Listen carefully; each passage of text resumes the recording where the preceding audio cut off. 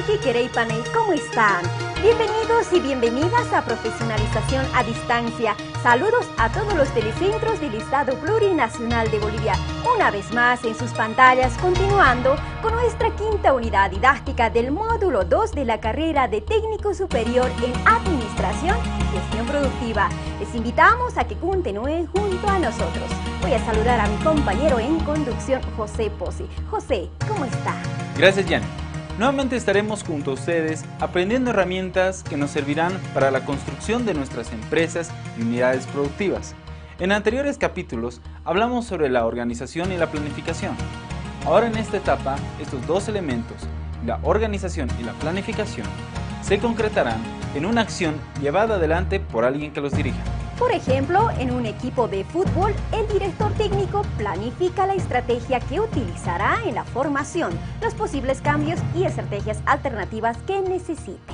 Organiza el equipo con su trabajo diario de prácticas de estrategias. Practica posiciones donde un jugador trabaja mejor. Comunica a los jugadores las otras estrategias posibles. En el momento de jugar, el director técnico pone en acción lo planificado y organizado. En el momento de dirigir o manejar a sus jugadores. De la misma manera, un administrador tiene que dirigir lo que planifica y organiza en su empresa, organización social, sindicato, institución o cualquiera que fuera su agrupación de personas. Su función es hacer que los demás realicen lo que está planificado de manera organizada. Dicho todo esto, damos inicio a la quinta unidad didáctica del segundo módulo de nuestra carrera que se denomina la dirección.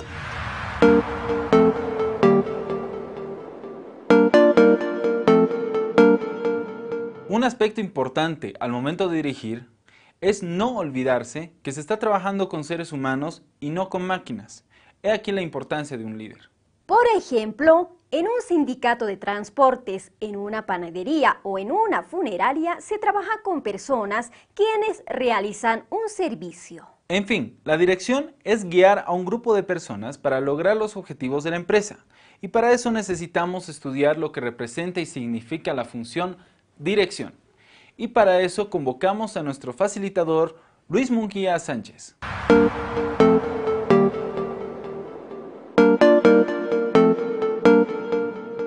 La dirección es la capacidad de influir en las personas para que contribuyan a las metas de la organización.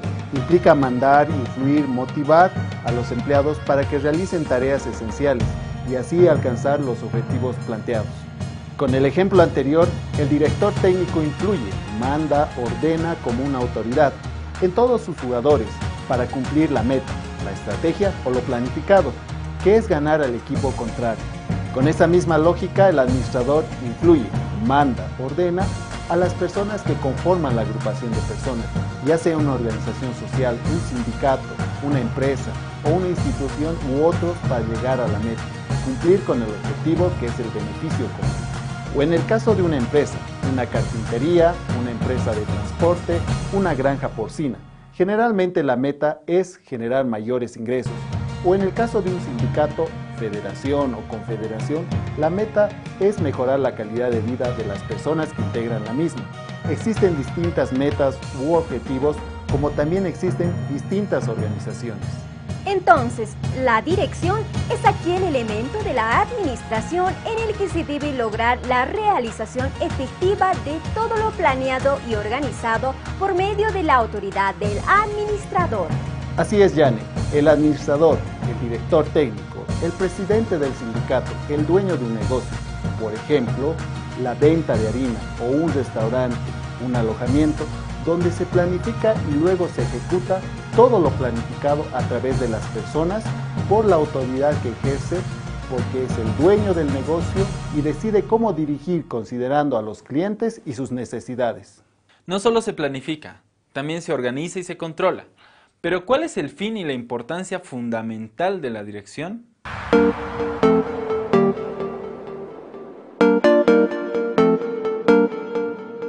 En efecto, si se planifica o organiza, es para poner en práctica lo previamente establecido, es decir, la dirección para finalmente controlar lo realizado. Por ejemplo, un alojamiento planifica la comida a servirse, en el desayuno, en el almuerzo, qué habitaciones serán limpiadas, qué insumos deben comprarse, luego las organiza a través de las actividades cotidianas que deben realizarse. La dirección implica mandar, dirigir quién debe realizar el trabajo de acuerdo a un cronograma de actividades. Y finalmente, controlar lo que se ha ejecutado tal como se ha planificado. Y para que todo salga bien en tu planificación, debemos conocer las fases y etapas para una buena dirección.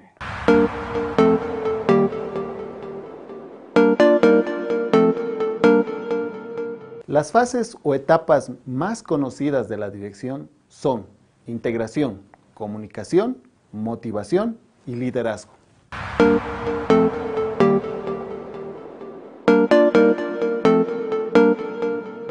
Los principios de la dirección son los siguientes. Coordinación de intereses, el logro del fin común. Por ejemplo, para un dueño y un empleado que tienen diferentes intereses. El dueño quiere ampliar el restaurante o el taller de carpintería. En cambio, al empleado lo que le interesa es trabajar y que se le pague su sueldo. Estos dos intereses tienen un fin común, que el restaurante o carpintería tenga ingresos por la venta de sus servicios para que el empleado también tenga un trabajo y un sueldo. Impersonalidad del mando, como resultado exclusivo de la voluntad del que manda. Por ejemplo, en un emprendimiento de crianza de porcinos, la impersonalidad del mandato se refiere a que el dueño, administrador del negocio, ejerce una dirección por su nivel u autoridad, que ejerce como administrador o dueño y no como resultado de su voluntad. Resolución de conflictos. Los conflictos que aparecen se resuelven. Por ejemplo, el proveedor de insumos a la panadería que no hace llegar la harina origina un conflicto entre el proveedor y la empresa, en cuyo caso se debe resolver comprando de otro temporalmente. O saber por qué el proveedor no hizo llegar la harina a tiempo. Vía jerárquica. Una orden debe seguirse por los conductos previamente establecidos. Por ejemplo, las órdenes son de arriba hacia abajo. Normalmente el jefe instruye a una secretaria que elabore una carta, o un administrador de un campo deportivo que instruye a los obreros que realicen el mantenimiento de la cancha deportiva.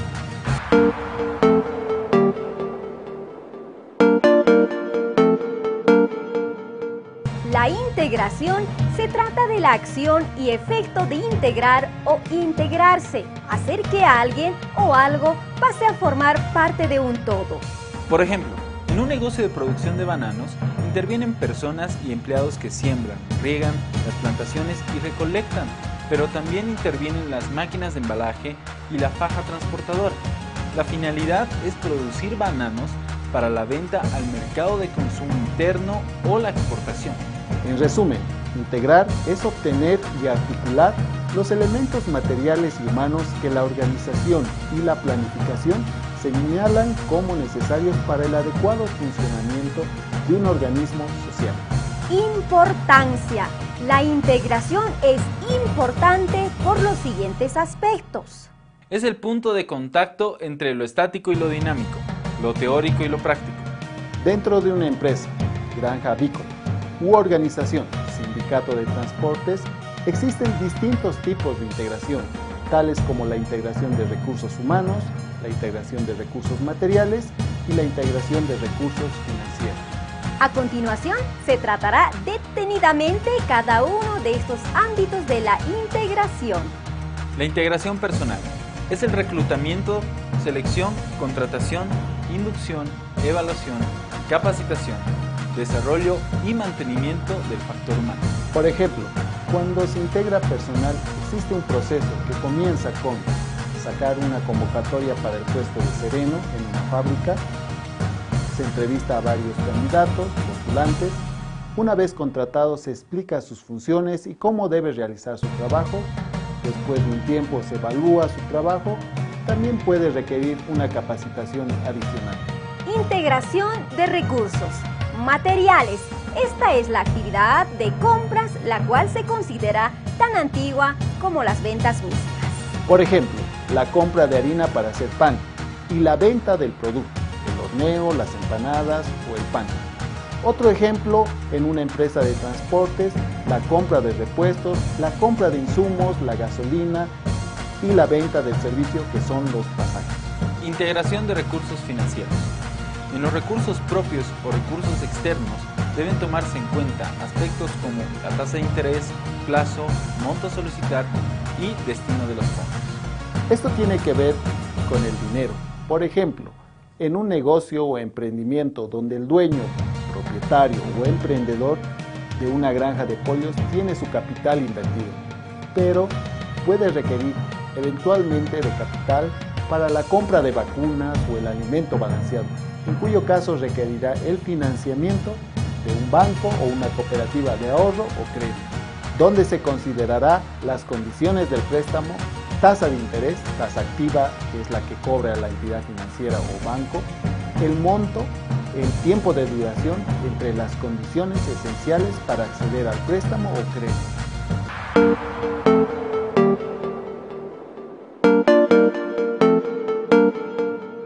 Los errores de comunicación en más de una organización han ocasionado daños muy severos. Por tanto, la comunicación efectiva es muy importante. Es así, Jane. La comunicación es el fluido vital de una organización. Es como la sangre en un ser humano. Por ejemplo, imaginemos una fábrica o una empresa constructora de caminos, con cientos de empleados. Aquí las órdenes deben ser precisas y debe existir un flujo de información para realizar el trabajo. Imaginemos que en la construcción de un camino, uno de los obreros no le informa al capataz que se arruinó la retroexcavadora. Se paraliza el trabajo y no se pueden realizar otras actividades. La comunicación consiste en la transmisión de información de un sujeto a otro. Entre los tipos de comunicación podemos mencionar: la comunicación formal es aquella que se da de carácter formal siguiendo las reglas que impone un grupo. Ejemplo, reuniones, juntas, entrevistas, etc. Es decir, sigue la cadena de mando de la organización. Por ejemplo, un ingeniero responsable para construir el camino vecinal comunica formalmente el inicio de la obra a la comunidad. Comunicación informal es comúnmente llamado rumor. Aquello que uno se entera como los rumores, que es impersonal porque no es formalmente establecido. Por ejemplo, que no se pagará los sueldos debido a que existe una crisis económica en la fábrica u otras especulaciones. Comunicación ascendente es aquella que va desde los niveles bajos de la comunicación hasta los niveles altos de una empresa, de un empleado a un jefe. Por ejemplo, cuando los obreros comunican su pliego de requerimientos de manera formal a los empleadores. Comunicación descendente es aquella que va desde los niveles más altos a los más bajos. Por ejemplo, cuando en una empresa avícola, el jefe ordena a que se faneen 5.000 pollos para su comercialización o que se atienda un pedido de provisión o la compra de insumos de alimento balanceado para los pollos. Comunicación verbal es aquella que se da a través de las palabras. Es cuando se comunica que se debe realizar la limpieza de los ambientes de la granja de los pollos con un desinfectante nuevo y que se realice los días miércoles, cuando se da una orden de ir a pagar las facturas o depositar los cheques. Comunicación escrita es la que se da a través de las cartas y memorándum. Es cuando la comunicación interna que un empleado recibe o un jefe comunica al subordinado, por ejemplo, cuando se tiene que realizar la compra de material para la construcción de un puente o recoger del almacén. Tarea para el estudiante. Explica con tus palabras y ejemplifica los tipos de comunicación de alguna de las organizaciones del lugar donde vives. Escrita y formal, informal y verbal, verbal ascendente y descendente verbal.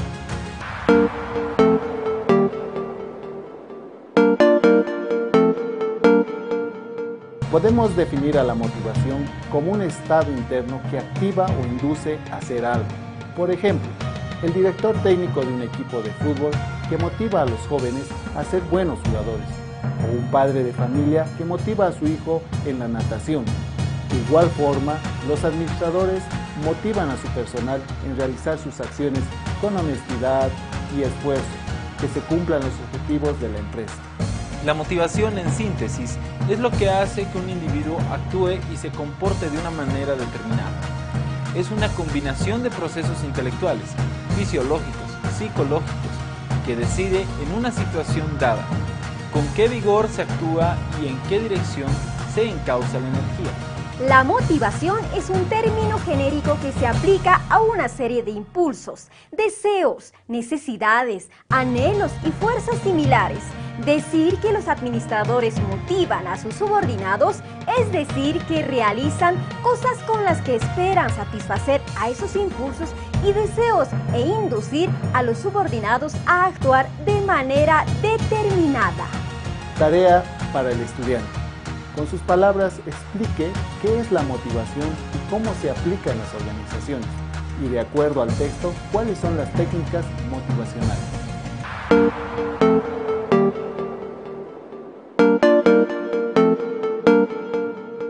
El liderazgo ha sido definido como la actividad de influenciar a las personas para que se empeñe voluntariamente en el logro de los objetivos del grupo. Un ejemplo de líder son los capitanes de los equipos. El capitán de la selección, el director técnico, un líder espiritual, un presidente de una federación de gremiales, alguien que te infunde un sentimiento de compromiso y de seguirlo, te motiva a seguirlo o a imitar sus acciones porque se convierte en tu ejemplo. El liderazgo se caracteriza por lo siguiente: concebir una visión de lo que debe ser la organización y generar las estrategias necesarias para llevar a cabo la visión. Implica un grupo de gente altamente motivado y comprometido para convertir la visión en realidad. Así es, Yane. El líder ayuda a dirigir y diseñar la visión de una empresa. Tipos de líderes. Los tipos de líderes tradicionales que existen son: líder autoritario, orientado a la tarea y la acción. Se prima la disciplina, la obediencia al líder y la eficacia. Por ejemplo, un dictador. Líder democrático, orientado al grupo. Se fomenta la participación del equipo en la toma de decisiones. Un líder que busca el consenso. Líder concesivo liberal. Se delega la autoridad en los miembros del grupo. El verdadero líder es el alma de la empresa y es el que genera el entusiasmo que motivará al rendimiento dentro de un grupo de personas. Es aquella persona, empleado o jefe del que todos se acuerdan porque sus palabras son inspiradoras para realizar una tarea. Te motiva no solo escucharlo, sino seguirlo. Un líder se convierte en aquella persona al que sin él no podrían realizarse las acciones previstas. Es aquel que todos le preguntan su opinión. Tarea para el estudiante. Describa los tipos de líderes y dé sus ejemplos.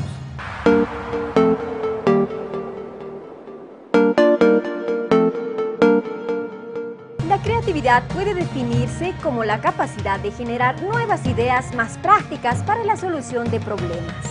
Existen personas creativas en todos los ámbitos, las artes, la música, también en la administración, donde se idearon métodos para representar una estructura organizacional, por ejemplo, los organigramas, el diseño de métodos de análisis de mercado, las estrategias de comercialización o de producción de un bien o servicio. Las nuevas tendencias de la administración están basadas en la innovación y la creatividad para producir bienes y servicios que consumimos.